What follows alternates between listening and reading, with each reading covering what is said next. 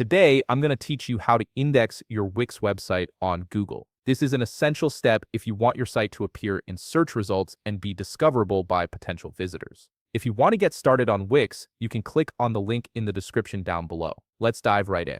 First, you'll need to go to the Wix website and log in to your Wix account. Once you're logged in, you'll land on your Wix dashboard where you can manage all aspects of your website. On the left navigation menu, look for the option labeled Site and Mobile App and click on it. This section is where you control the fundamental settings and configurations for your website. After clicking on Site and Mobile App, you'll be directed to your website overview page. This page displays various settings related to your site's functionality and appearance. From here, take a look at the expanded menu on the left navigation panel. You'll notice several options available. Click on SEO and GEO. This is the hub where you can manage how search engines interact with your website, making it a critical area for improving your site's visibility. Once you're on the optimization page, scroll down through the available options. You're looking for a section called SEO settings. When you find it, go ahead and click on it. This section contains all the tools you need to control how search engines like Google index and display your site in search results under the SEO settings.